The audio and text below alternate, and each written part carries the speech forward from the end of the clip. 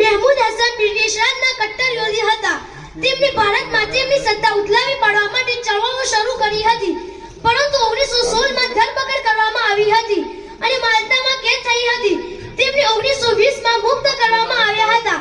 તેમણે અસહકાર ચળવળના સમર્થનમાં ધાર્મિક આજ્ઞાઓ લખી અને સ્વતંત્રતા ચળવળમાં મુસ્લિમોની નોંધણી કરવા માટે ભારતના વિવિધ ભાગોમાં પ્રવાસ કર્યો. નંબર 3 મૌલાના અબુલ કલામ આઝાદ રહમતુલ્લાહ અલૈહ. તેઓ એક અગ્રણી મુસ્લિમ નેતા હતા, જેઓ હિન્દુ મુસ્લિમ એકતા પર ભાર મૂકતા અને કોમી ધોરણે ભારતના બાગલાના પ્રખર વિરોધી હતા. ભારતના સ્વતંત્રતા બાદ તેઓ ભારત સરકારમાં પ્રથમ શિક્ષક પ્રધાન બન્યા. તેમની સ્વતંત્રતા પહેલા કરેલી આગાહી માટે પણ તેઓ જાણીતા છે, જેમાં તેમણે કહ્યું હતું કે ભવિષ્યમાં પાકિસ્તાનના વાલા પડશે અને ત્યાં લશ્કરી શાસન આપશે.